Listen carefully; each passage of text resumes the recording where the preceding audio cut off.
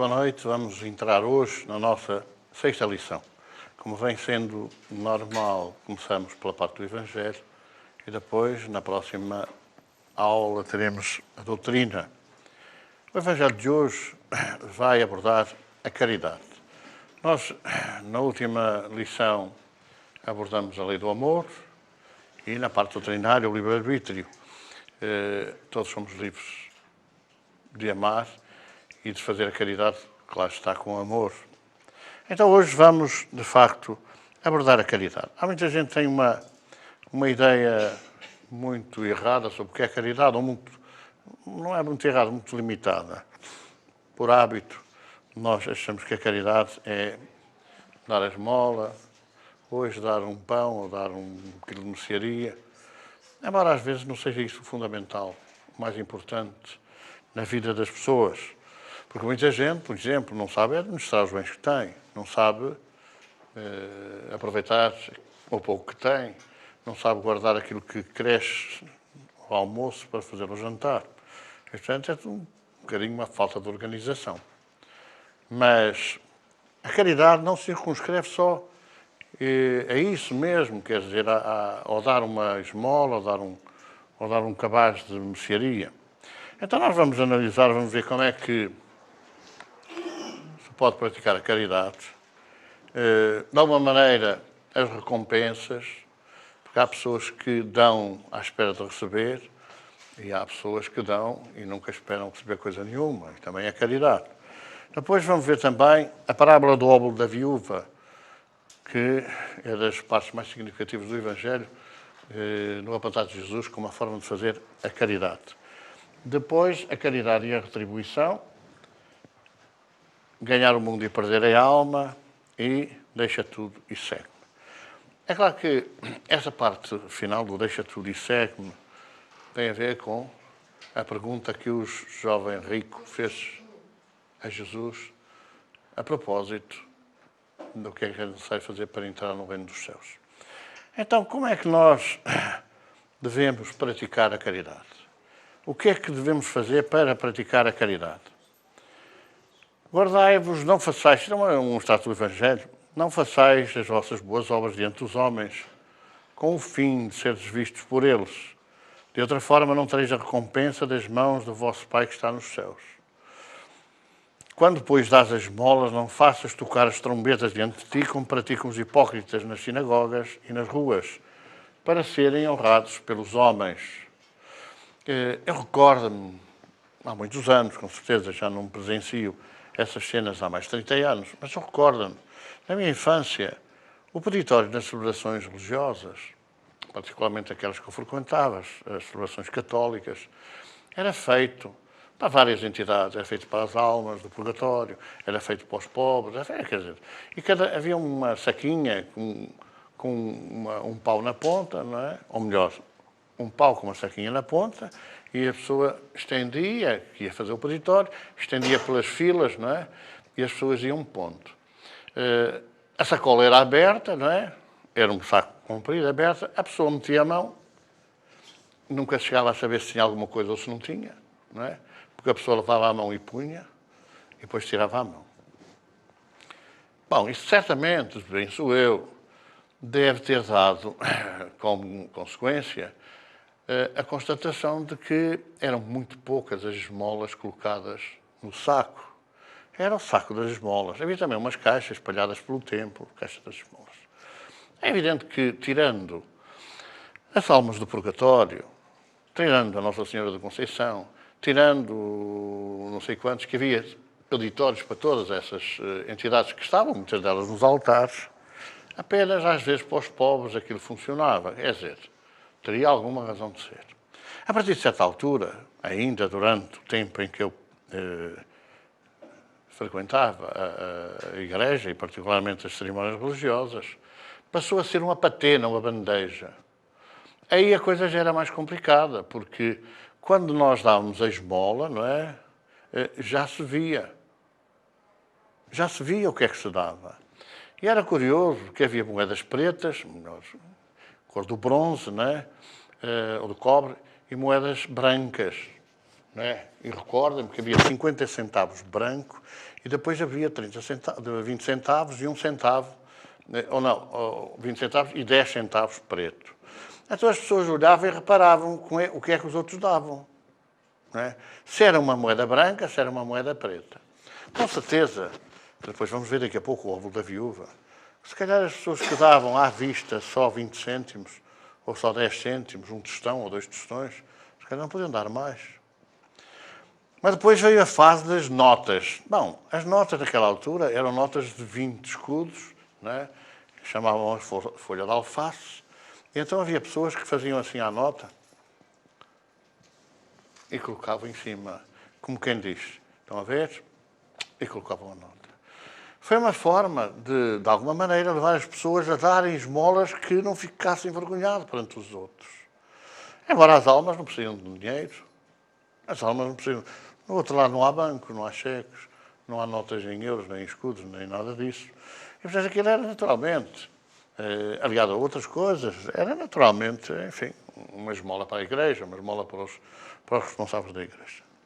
Mas havia as pessoas que abanavam a nota. Quando era 50 escudos era muito melhor a oferta, não é?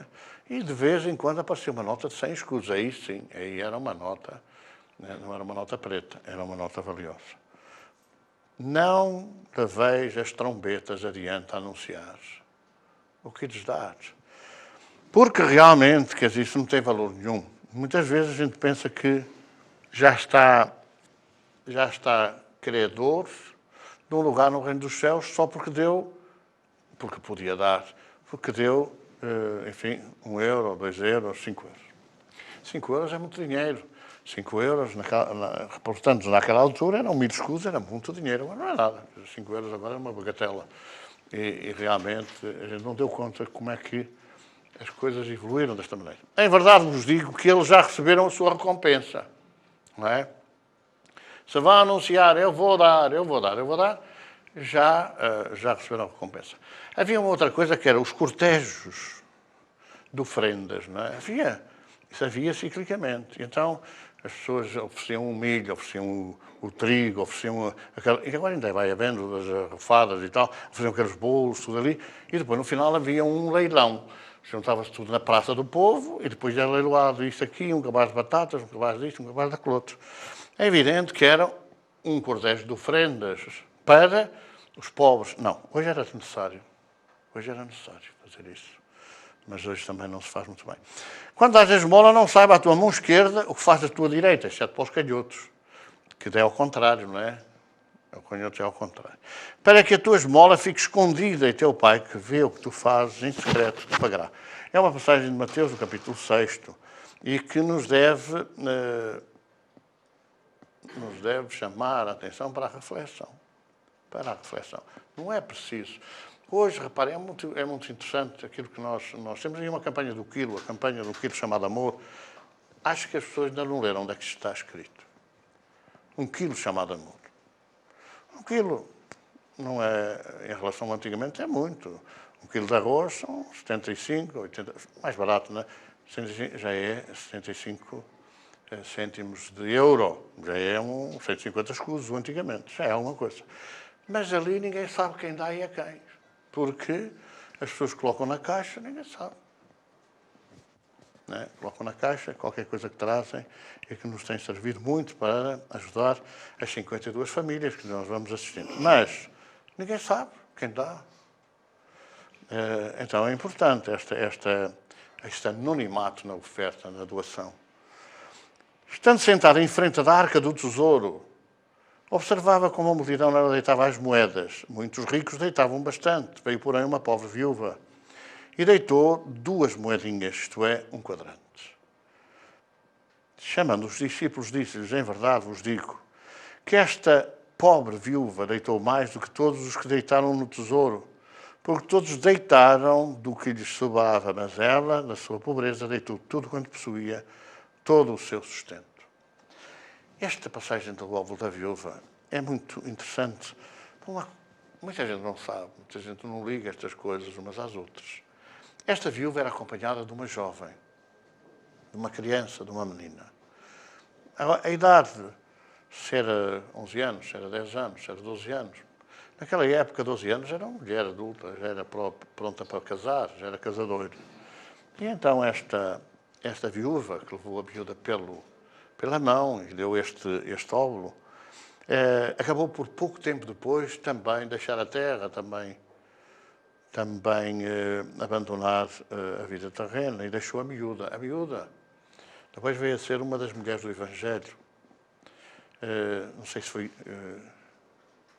Caleofa, qualquer coisa assim. E esta miúda acabou por ser recolhida num prostíbulo. Naquela época, as jovens abandonadas na rua ou abandonadas à sua sorte eram normalmente pasto de violência sexual, de estupro, de violação. E então o refúgio que elas tinham eram os prostíbulos. Naturalmente não estavam livres de terem que forçosamente ter relações sexuais, mas era uma relação protegida. Havia a dona da casa não deixava que fosse de qualquer maneira e a qualquer preço. Havia regras na orientação, na gestão destes prostíbulos, dos meretrícios. Aliás, por exemplo, uma das famosas donas do meretrício foi Maria de Magdala. Ela também sujeita ao estupro, sujeita à violação sistemática durante o tempo em que não conseguiu chegar a um prostíbulo. Então, era uma prática muito vulgar. E esta cena, embora não tenha passado à história religiosa, não tenha sido dado conhecimento dela, espelha bem como às vezes a miséria não acaba só na miséria. Há outra miséria pior. E, claro, Maria de Magdala não caiu nessa miséria porque ela foi dada de casamento, o marido, tão logo a violou, abandonou-a e os pais estavam longe, não podiam, nem tinham capacidade para tomar conta dela. E acabou por ser bem-sucedida, bem entendido, e acabou por um dia, da noite para o dia, se ter convertido, se ter modificado completamente e ter deixado o meretrício. Disse depois ao que o tinha convidado: quando deres um almoço ou um jantar, não convides os teus amigos, nem os teus irmãos, nem os teus parentes, nem os teus vizinhos ricos. Não vão eles também convidar-te por sua vez, retribuindo-te assim. Quando deres um banquete, convida os pobres, os aleijados, os coxos e os cegos, e serás feliz por eles não terem com que retribuir. Ser-te-á retribuído na ressurreição dos justos. A gente às vezes pensa assim, mas isto é que era bonito, não é? Como é que a gente vai fazer um casamento e vai convidar os que não podem retribuir? Quando, a maior parte das vezes, o casamento é exatamente para os noivos terem uma prenda. E não é uma prenda qualquer, tem que ser uma prenda mais ou menos substancial.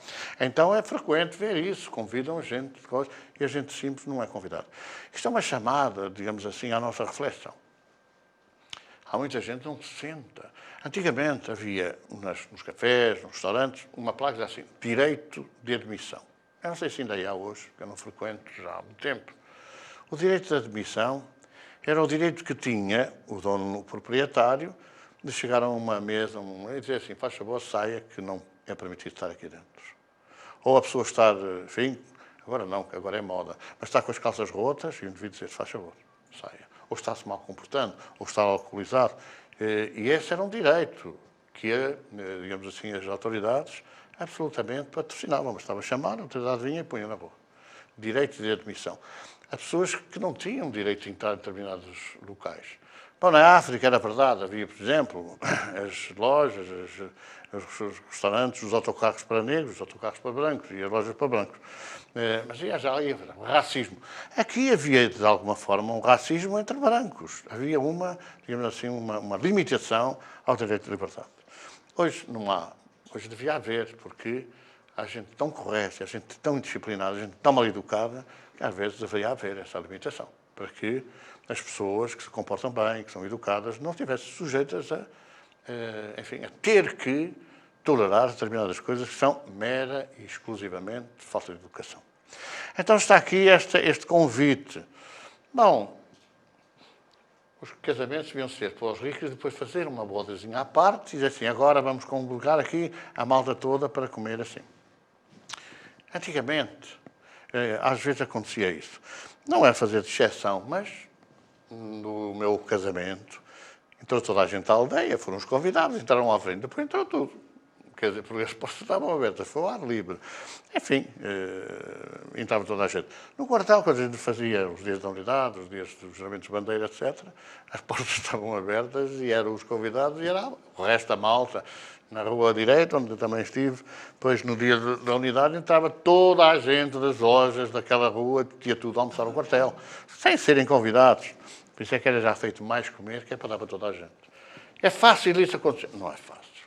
Porque hoje é nos grandes restaurantes e a coisa pesa, não é? Um almoço num casamento já são umas dezenas muito largas de euros por cada almoço. Então, pronto, isto é um princípio. A gente não ter, digamos assim, progresso nenhum em falar com o pobre ou com o rico, andar-se com um ou com o outro. Mas ainda há muita gente que, se estiver a falar com um remediado e aparecer um rico, deixa o remediado e vai atrás do rico. Mas também, se tiver um pobre, não se chega. Porque, atenção, há muita gente assim. Como ganhar o mundo e perder a alma? Chamando a si a multidão, juntamente com os discípulos, disse-lhes: se alguém quiser vir após mim, negue-se a si mesmo, toma a sua cruz e siga-me. Porque quem quiser salvar a sua vida, perdê-la-á. E quem perder a sua vida por mim e pelo Evangelho, salvá-la-á. Que aproveita o homem ganhar o mundo inteiro e perder a sua alma? O que pode o homem dar em troca da própria alma? Pois quem se envergonhar de mim e das minhas palavras diante desta geração adúltera e pecadora, também o Filho do Homem se envergonhará dele quando vier na glória de seu Pai com os santos anjos. Esta, eu queria chamar a sua atenção, geração adúltera. Normalmente o adultério pelos religiosos é considerado quando a mulher trai o marido. Quando o marido trai a mulher, não é nada. E há mulheres que julgam, coitado, é um fraco. Não é? Quando é o marido das outras. Quando é o próprio marido, aquele rei, que esta coisa toca mais fino. Mas o adultério não é só essa conversa de trair a mulher, vírgula, ou trair o marido. Trair a mulher ou trair o marido. É adultério nas duas circunstâncias. Há uns tempos, não sei se se lembram, que num país, não sei se foi na Nigéria, se foi por ali, uma mulher foi condenada à morte porque, já separada do marido com um filho, teve uma relação com outro homem. E isso foi considerado adultério. A religião é muçulmana e a mulher não pode mais. O marido pode arranjar quantas quiser, portanto não há problema nenhum. Mas a mulher, desde que pertence ao homem, mesmo que se divorciem, não pode ter mais nenhuma relação. É considerado adultério. Depois, não sei se foi a prisão perpétua, a coisa movimentou-se em termos internacionais e acredito que, de facto, não chegou à pena de morte. Nos Estados Unidos, que é um país evoluído, diz entre aspas, um oficial superior do Exército, da Força Aérea, teve uma relação com uma sua secretária, que era tenente. Mas, para dizer assim, é uma patente, assim, mais ou menos, 4 lugares acima da rapariga que era tenente, ou era tenente-coronel. Bom, fizeram um processo em tribunal, ela cometeu adultério, e era solteira, e ele era casado, não cometeu adultério. Ela foi expulsa da Força Aérea e ele continuou como oficial superior do quadro permanente da Força Aérea Americana. Veio como estas coisas, em países pretensamente defensores dos direitos do homem e da mulher, ainda acontecem. Então eu queria aqui só significar o seguinte: esta questão da geração adúltera, é a geração que pratica o adultério em todas as suas vertentes. Em todas as suas vertentes, porque tudo aquilo que estiver adulterado é adultério. A inveja, a cobiça, a raiva, o rancor, tudo isso é adultério. O desejar a mulher do próximo é adultério. Diz que já pensou, já cometeu adultério. Mas e o carro do próximo? E a casa do próximo? E a inteligência da filha do próximo? E do filho do próximo? E por aí adiante. São tudo sentimentos adulterados. Logo, inscrevem-se dentro deste grande capítulo que é o adultério e, portanto, Jesus falou desta geração adúltera e pecadora. Então, esta geração, quer dizer, porque o homem, a mulher tem outros homens, É todos os aspectos, adulterados ou adúlteros e de pecado. Também o Filho do Homem se vergonhará dele quando vier na glória do seu Pai com os santos anjos. É que é um outro pormenor que é quando vier. Quando vier. É claro que ele já se referia ao Consolador, não é? Porque é indiscutível que não se pode acreditar hoje que se diga o Consolador é Jesus, o Cristo de Deus, porque se considerou que Jesus Cristo era o Deus dos católicos. Também dos protestantes, também dos evangélicos, porque a raiz é a mesma. Então Jesus é o Deus desta parte da humanidade, que é um quinto, e os outros deuses são todos falsos. Quando Jesus fez questão de dizer que não era Deus, muitas vezes afirmar que não era Deus. E se tem sido seguida essa postura, hoje Jesus voltava em toda a sua glória para toda a gente. Assim o nome que traz é o Paracleto, o Espírito de Verdade, ou o Santo Espírito. Alguns dizem o Espírito Santo. Nós estamos a ver a parte do Evangelho da caridade. E, portanto, estas cambiantes que nós vemos aqui são todas formas de nos chamar a atenção para o que é caridade. Porque quando a gente fala que o outro é isto, que o outro é aquilo, que o outro faz isto, que o outro faz aquilo, nós estamos a faltar à caridade. A caridade é compreensiva, é tolerante. A caridade não é crítica, não é julgadora. E estas, que vem na sequência da lei do amor, quer dizer, a lei do amor é a lei do amor. E também não podemos pensar que só os nossos é que são bons, porque os nossos é que praticam a lei do amor e os outros não praticam a lei nenhuma do amor. Quando a gente vê, por exemplo, materialistas absolutamente confessos, serem boas pessoas, darem a sua ajuda de qualquer forma àqueles que mais sofrem, àqueles que precisam, àqueles que passam fome, sem interesse. Porque nós estamos sempre à espera, porque na vida do mundo que há de vir, nós vamos ter a compensação, nós vamos ter a recompensa. E quem é materialista nem acredita na vida do mundo que há de vir e, portanto, faz estas coisas neste limite temporal da vida que nós todos passamos. Deixa tudo e segue-me. Esta é uma parábola que realmente é muito interessante, porque às vezes a gente tem a noção que já atingiu determinados patamares. Não é verdade. Não é minimamente. Aproximou-se dele um jovem e disse-lhe: Mestre, que hei de fazer para alcançar a vida eterna? Respondeu-lhe Jesus: Porque me interrogas sobre o que é bom? Bom é só um, que é o Pai, não é? Mas se queres entrar na vida eterna, cumpre os mandamentos. Quais? Perguntou ele. Bom, quando nós vamos analisar os mandamentos, nós encontramos ali tudo aquilo que hoje a doutrina espírita desenvolve em 5 volumes com mais de 3.000 páginas. E naquelas 10 normas, todas aquelas 10 normas estão hoje desenvolvidas. Foram, no tempo de Jesus, desenvolvidas nos 4 Evangelhos, e nós vamos pegar nos 4 Evangelhos, são 4 pessoas a escrever sobre os mesmos temas, sei lá, de 100 páginas ou 150 páginas, agora mais de 3.000 páginas para desenvolver todos estes 10 mandamentos, estas 10 normas. Retrucou Jesus: não matarás, não cometerás adultério, não roubarás, não levantarás falso testemunho, honra teu pai e tua mãe, e ainda amarás ao teu próximo como a ti mesmo. São os 10 mandamentos. É claro que há aqui um pormenor também que muita gente se esquece, que é honrar pai e mãe. Honrar pai e mãe. Embora o povo diga: filho és, pai serás, como fizeres, acharás. Não vamos ver hoje, por exemplo, por detrás de justificações como são as taxas moderadoras, se justifica como é que os idosos morrem sozinhos nos seus lares. Quando os idosos, nessas circunstâncias, não pagam taxas moderadoras, não pagavam, não pagam. Esses são paliativos para nos entreter. Não pagavam, não pagam. O que é verdade é que é uma falta de caridade tremenda os filhos abandonarem os seus pais e passarem semanas e meses sem buscarem saber o que é que se passa.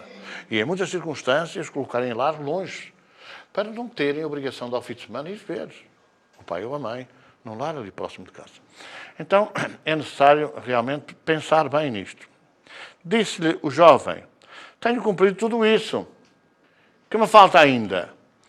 Se queres ser perfeito, disse Jesus, vai, vende tudo o que possuis, dá o dinheiro aos pobres e terás um tesouro nos céus.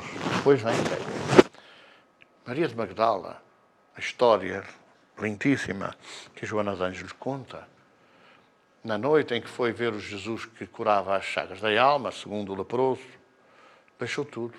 Quando chegou à casa de Meretrício, que ela dirigia, chamou as suas meninas, não é? Que ela explorava, deu tudo o que tinha na casa, o dinheiro, ficou apenas com o vestido de noiva daquele Zaqueu que a tinha abandonado, e daquele Simão, perdão, não daquele Simão que a tinha abandonado, e com um vaso de alabastro que fala do Evangelho de perfume, que a mãe lhe tinha dado como prenda de noivado. Só ela só quis isso. O vestido que tinha sido desvirgindada pelo malandro, não é? E o vaso de perfume. Depois o Evangelho fala, a certa altura, de uma mulher que entra no recinto da casa de Simão, o comerciante de Magdala, e entra com o vaso de alabastro na mão. E diz o Evangelho, lava os pés de Jesus com as lágrimas, enxuga com o cabelo e perfuma-os. E Simão manda retirar a mulher daquele sítio. Ele que havia abandonado, já não se lembrava, provavelmente. As marcas daquele sofrimento eram grandes. E Jesus disse, alto, Simão. Pobres tê-los-eis sempre, mas a mim ter-me-eis por pouco tempo. Deixa. Ele achava que aquele dinheiro era desperdiçado, estar a gastar um perfume que era valioso. Nos pés de Jesus, pobres ter-vos-eis sempre. A mim ter-me-eis por pouco tempo.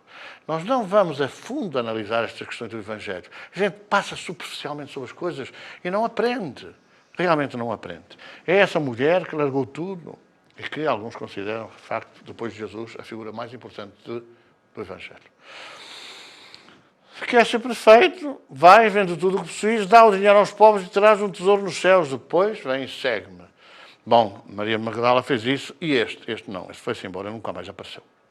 Bom, estamos a fazer uma sequência de análise dos nossos textos, dos Evangelhos, também a ligação à parte doutrinária, para no final, como toda a gente já sabe, irmos analisar a estruturação, a forma de pôr em marcha, de pôr em movimento estes ensinamentos que a gente vai colhendo.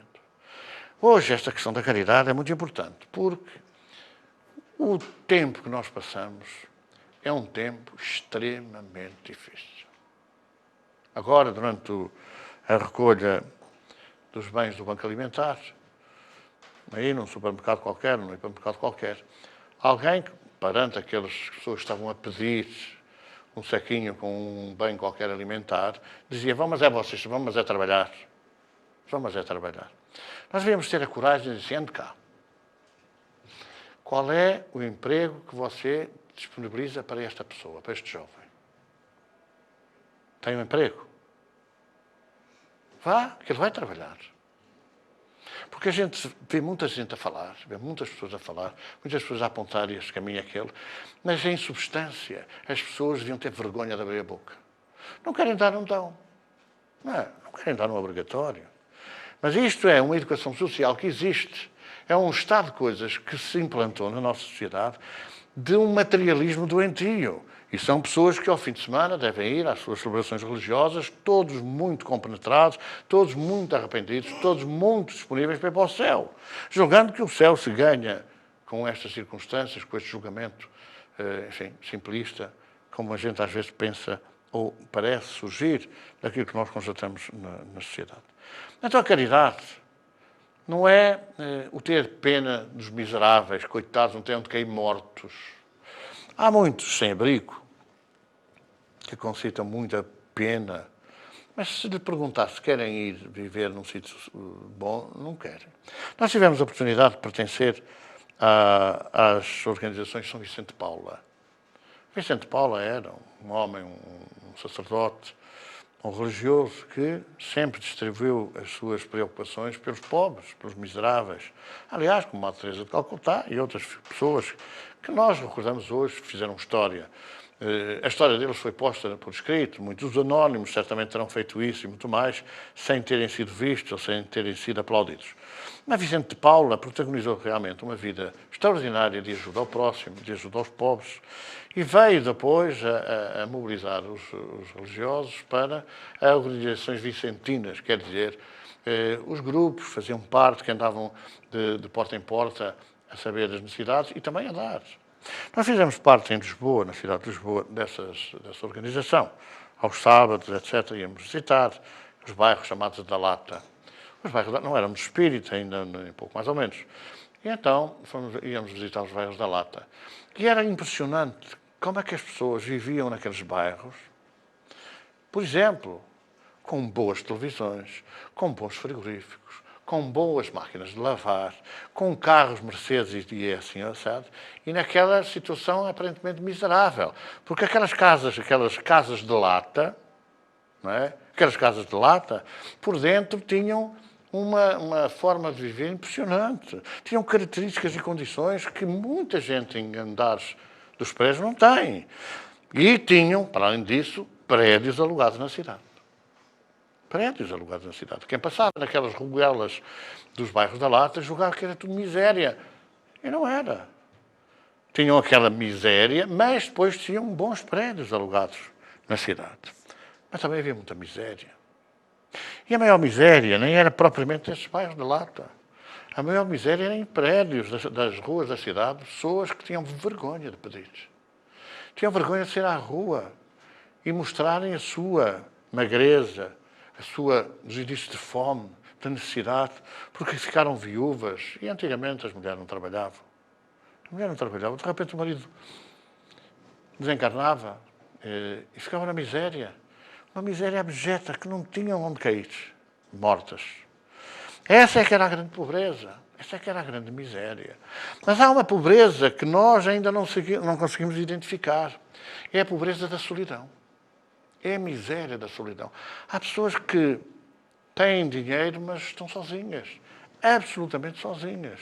A solidão é tão tremenda que há pessoas que perdem a vontade, por exemplo, de dar banho aos filhos, de arrumar a casa, de limpar, de pôr a roupa a lavar.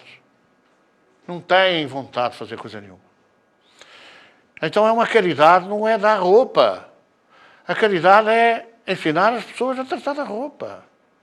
Nós visitamos uma família aqui para cima, para o norte do aeródromo, que entrava num quarto.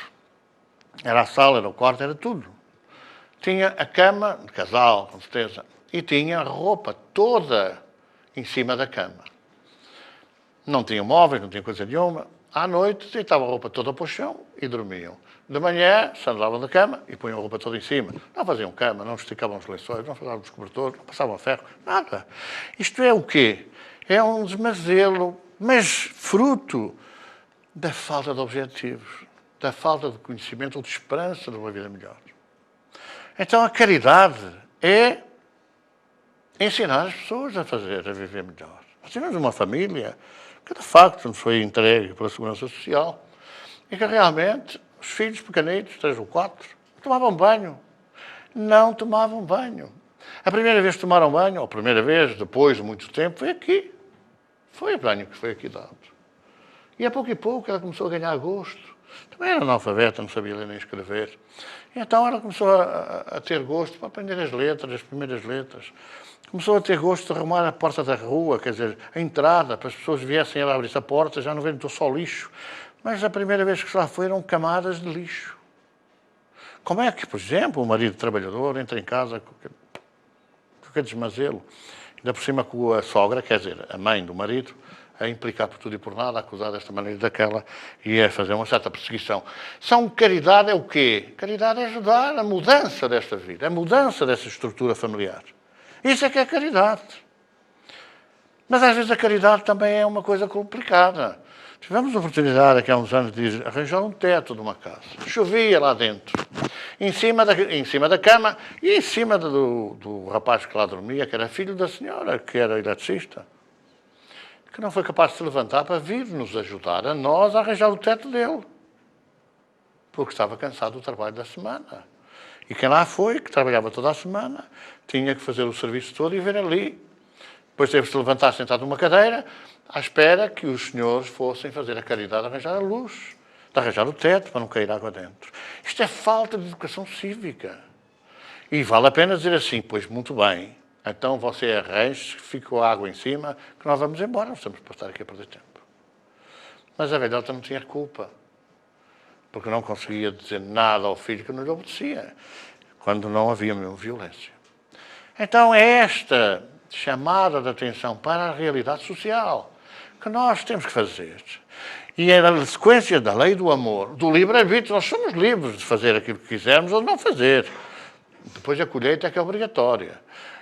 Nós julgar-nos-emos pelo bem que fizermos, mas também pelo mal que fizermos. O que é que dói mais? É o mal que fizermos, porque esse é que bate na consciência. Mas mais do que isso, nós julgar-nos-emos pelo bem que podíamos ter feito e não fizemos. Pela oportunidade que perdemos em fazer o bem. Conta-se, isto é uma história que vem até agora aí em alguns dos filmes que vêm aí, espíritas, que certa feita no Rio, em Paris, o Rio que atravessa Paris, estava um homem vergado sobre o varandim da ponte. E alguém que ia ali perto viu que ele se iria atirar da ponta abaixo. Tinha com ele um livro dos Espíritos, aproximou-se e convidou-o a não fazer, esperar um bocadinho. Lê primeiro o livro dos Espíritos.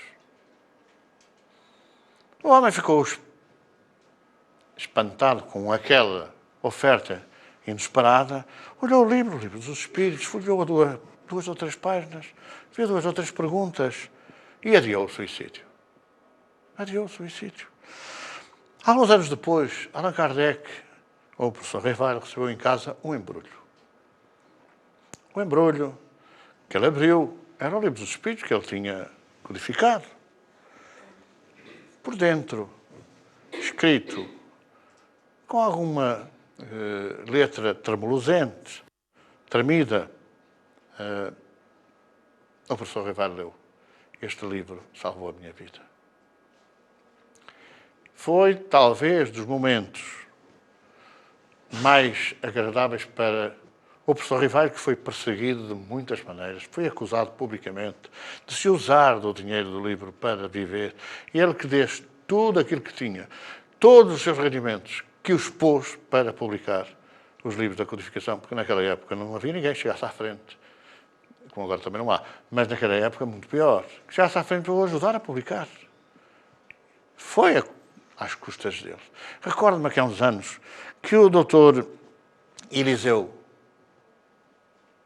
de Moura, a gente pensa que é Elísio de Moura, é Eliseu, o nome dele é Eliseu de Moura, montou um orfanato, ele não tinha filhos. Ele e a esposa, ele era médico, com certeza, ele e a esposa montaram esse orfanato que ainda hoje funciona, ali perto da universidade.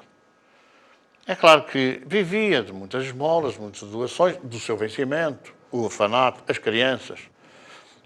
E vivia de uma fase, de um dia da queima das fitas que os estudantes dedicavam àquele lar de crianças. Era a venda da pasta. A venda da pasta. Quer dizer, a pasta lá dos cursos, não sei de que não era, que era. Também não sabe, já não é do tempo. Mas era uma pasta que eles tinham, a pasta do seu curso, e depois vendiam-na. E o dinheiro dessa pasta revertia para o asilo Dr. Elísio de Moura. Quando veio o 25 de Abril, e é curioso que ele era para ser homenageado, depois do 25 de Abril, pelos 100 anos, ele desencarnou um mês antes de fazer 100 anos. Estava tudo preparado a nível nacional, cerimónias, etc. Veio o 25 de Abril e acabou a queima das fitas. A queima das fitas foi proibida, o fato académico foi proibido, aquelas coisas, aquela revolucionarita aguda que atravessou a nossa sociedade. E aquele pecúlio que ele estava à espera da venda das pastas, faltou-lhe. Então, ele e a esposa venderam os anéis de curso.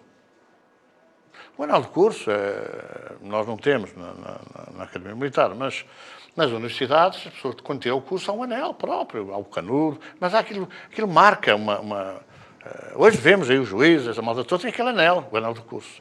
Ele vendeu o anel para alimentar as crianças, ele e a esposa.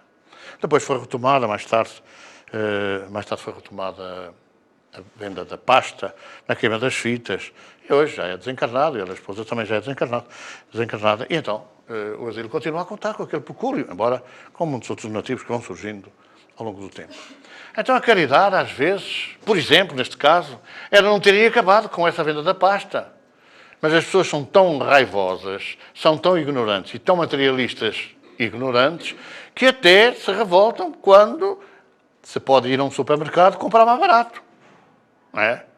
Quando se pode ir a um supermercado, um hipermercado, seja lá o que for, comprar mais barato, salta tudo em cima porque não sei o quê. Porque é no dia dos que não trabalham, ou no dia dos que trabalham, ou no dia seja lá o que for.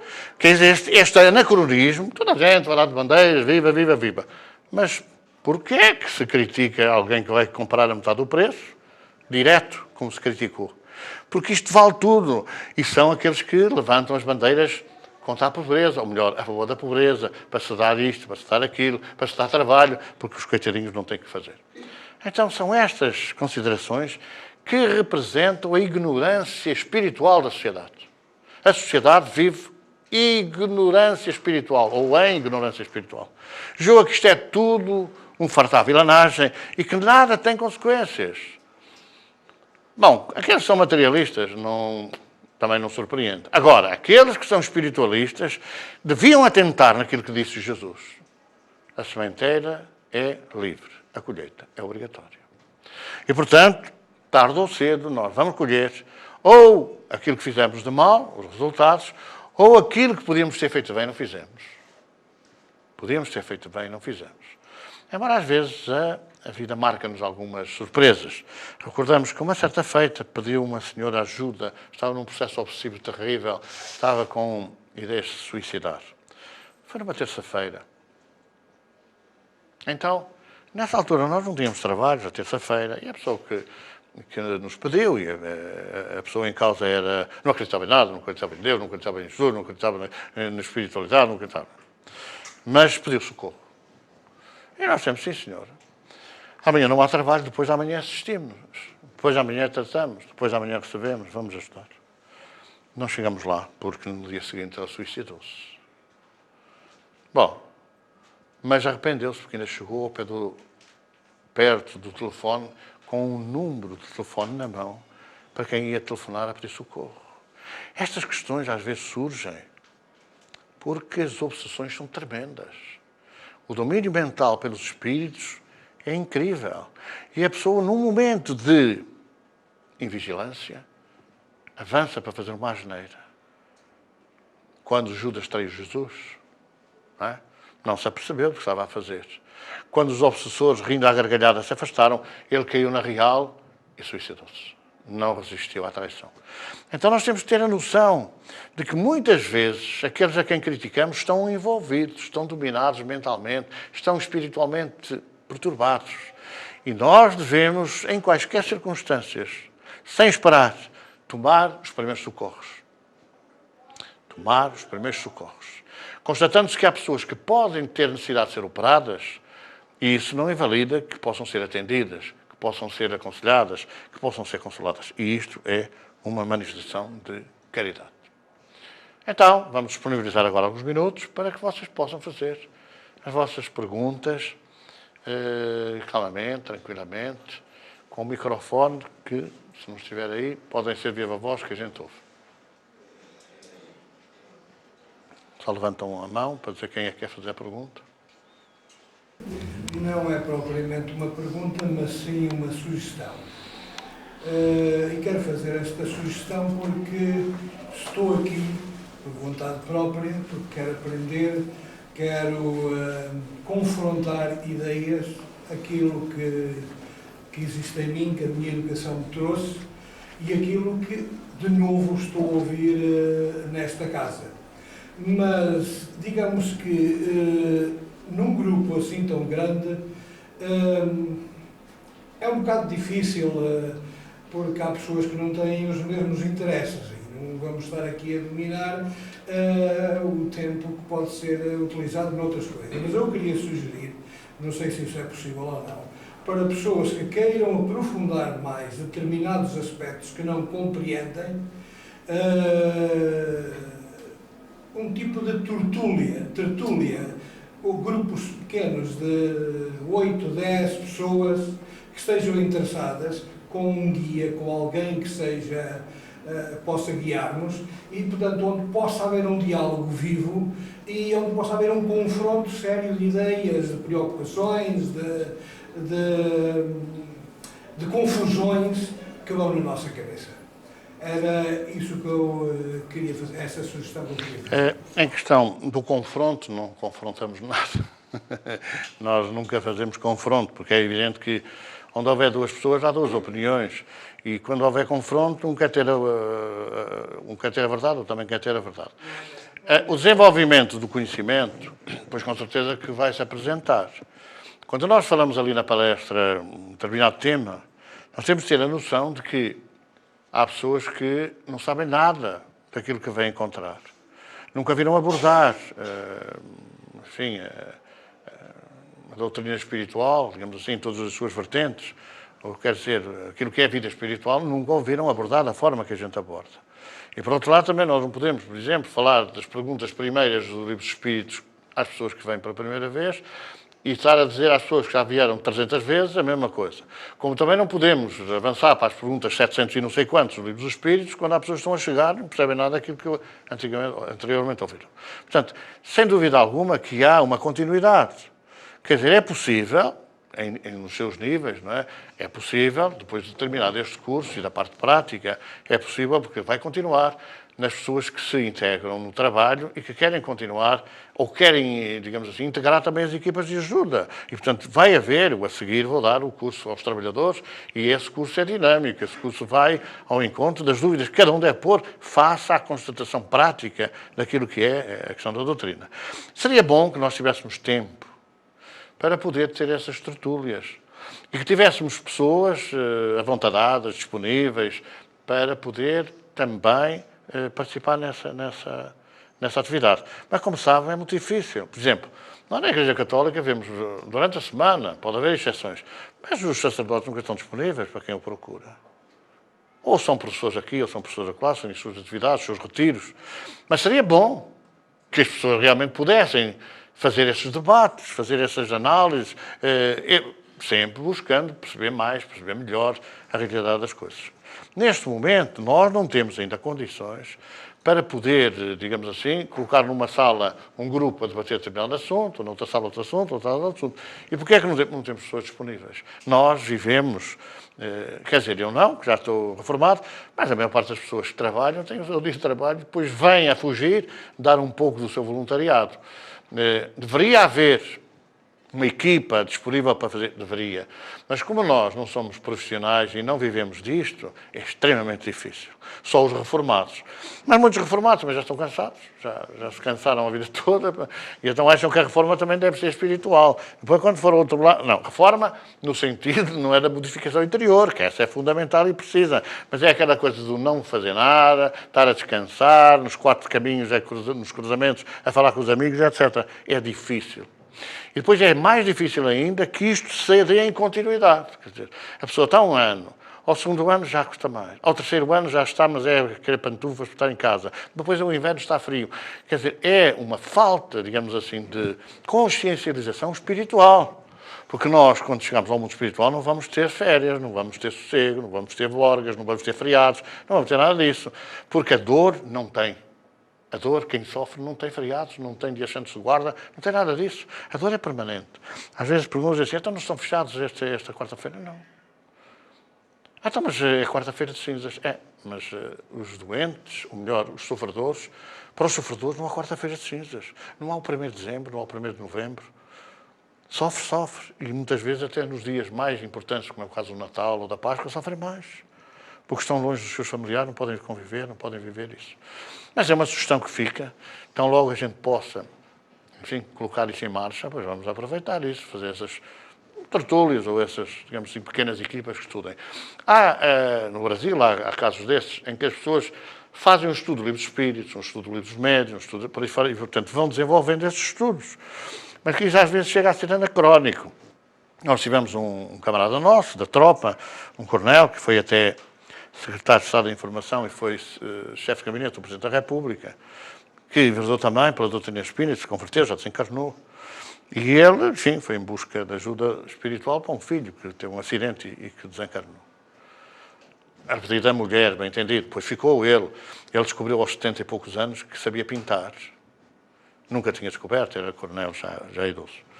E então, ele um dia que nos veio pedir um conselho, ele tinha sido nosso professor, mas em termos espirituais, veio pedir um conselho. Um livro que escreveu sobre uma organização de uma sociedade africana com base, ou melhor, orientada pela doutrina espírita. Eu não queria cometer gafes e veio-me perguntar se aquilo estaria doutrinariamente em condições. E depois o conversa e assim, sabe, estou a fazer o curso de Espiritismo. Ah, está, sim senhor, e tal. Fiz 2 anos do Livro dos Espíritos. Agora estou a fazer 2 anos do Livro dos Médiuns. E já me disseram que tenho que fazer a seguir 2 anos do Evangelho segundo o Espiritismo. Mas o que eu gostava mesmo, sabe, era dar passos. Mas não posso. Só posso depois de acabar os 6 anos de curso. Dava direito a mestrado e a doutoramento. 6 anos. Agora nem por Bolonha, ou como é que chama isso, não é? Agora é uma coisa que já não permite, é uma coisa dessa. Ora, acha que eu era capaz de dar passos? Tenho a certeza que era. Mas não me deixam. Eu vou morrer sem fazer aquilo que eu mais gostava. Chegamos a este exagero. Não é preciso ser doutor para dar amor aos outros. É preciso um mínimo, com certeza. Não é? Mas uma pessoa que escreve um livro e põe a organização administrativa e política de uma povoação com base na doutrina espírita, está muito avançado. E, humildemente, lata na mão, avental à frente e pincel, pintou a casa espírita que frequentava toda a beleza, ele e outro coronel do seu tempo, 2 velhotes. E ainda por cima, sem nunca ter pintado coisa nenhuma, pintou o retrato de Allan Kardec numa das paredes. E não podia dar passos. Portanto, às vezes chegamos a este absurdo de cortar a possibilidade que a pessoa tem de fazer a caridade, de dar amor aos outros. Desencarnou. Desencarnou sem dar passos. Mas, esclarecido, mais há uma pergunta. Eu conheci a vida espiritual através da minha mãe, que já era um médico que nunca foi cuidado. A partir de uma certa data, eu procurei o centro espírita em Lisboa, Coimbra, etc., por sítios onde, para esclarecimento somente. Vivi em Lisboa, vivi lá há 50 anos, regressei à minha terra natal e allí percebi que tinha que frequentar, que a dor era muito grande. E foi por isso que pedi a Lisboa que me enviassem para uma coisa que fosse mais perto. E foi assim que eu vim aqui ter.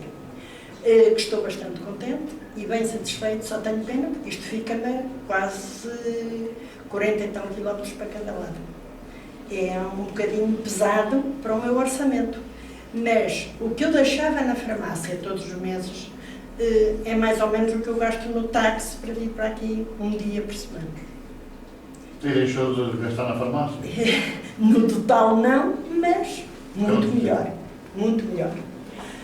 Porque não estou só a trabalhar para mim, já estou a trabalhar para os meus familiares. E os meus familiares é que é um bocadinho mais complicado. Tenho uma mãe com 96 anos, tenho um marido com 73, tenho uma cunhada com 70, tudo com grandes problemas e que é difícil uma pessoa sozinha estar lá e estar cá. É isto que, sem dúvida, muitas das vezes, que eu pergunto também se poderíamos, com a colaboração do Sr. Coronel, num sítio mais perto, começámos a trabalhar assim, pelo livro dos espíritos, pelo etc. Para trabalhar, primeiro, ter boa vontade. Isso é a primeira coisa. Sem boa vontade não adianta. Segundo, é preciso conhecer a doutrina. Para que se não enverede por coisas, por práticas que não têm nada a ver com, vamos lá saber, o cristianismo.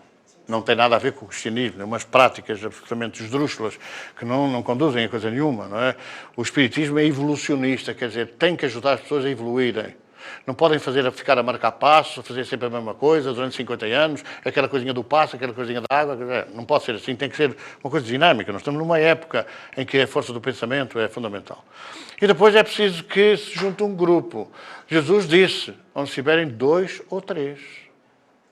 É claro que a parte mediúnica é um bocadinho mais importante. Porquê? Porque quando houver um médium sozinho com outra pessoa, é muito difícil. Porque a pessoa pode estar a falar com a entidade que fala no médium, depois não tem suporte de corrente. Então era bom, como diz Kardec, 1 a 3 médiuns, 3 a 5 doutrinadores esteios. Quer dizer que é um médium, alguém que doutrina a entidade que se comunique e é alguém que faz corrente, que segura a corrente. Ora, isso é um pequeno núcleo. É um pequenino núcleo. Qual é o grupo, em termos de aconselhamento, que Jesus criou? Jesus criou 12 apóstolos. E ele, porque ele não tinha substituto. Então nós hoje aceitamos que um grupo espírita possa ter, um grupo de trabalho mediúnico, pode ser um dirigente, 12, entre aspas, não são apóstolos, e um que substitua o dirigente, porque nenhum de nós é Jesus, nem pouco mais ou menos. Então até 14. E nós vamos adiante de saber essa organização, vamos falar sobre isso. Então para haver um núcleo, só precisa haver boa vontade, começar pelo Evangelho no lar, reduzir, e de repente a mediunidade surge. Mas a mediunidade tem que ser consciente, esclarecida, para ajudar e não perturbar, e não enganar. E que a pessoa tenha segurança para não se deixar envolver por essa perturbação. Porque eles vão sempre, olha lá, leva lá 50 euros, que é só uma vez. Depois da segunda vez, leva lá outra vez, 2 vezes, não faz mal nenhum, não é pecado. E mais 3 vezes, e de repente vira comércio. Então lá vai tudo para água abaixo. Então é muito importante que a gente saiba, conheça e se decida. Nós aqui não é assim. Não vamos dizer nada, que é para não fazer nada, que é para virem cá todos. Houve um dia um nosso irmão, que já partiu, que disse, você só está preocupado em ter a sala cheia. E eu dizia assim, olha, meu irmão, eu estou preocupado é quando ela está vazia. Porque é sinal de que as pessoas não encontram nada naquela... Agora está cheia, é o resultado do interesse que as pessoas possam ter. Então, olha, avance, começa o Evangelho no lar e quem sabe, daqui por um ano não tem lá um núcleo em crescimento. Vamos pedir aqui, terminamos hoje, por aqui, a nossa próxima semana teremos a doutrina, então que Jesus nos abençoe e até para a semana, se Deus quiser. Boa noite.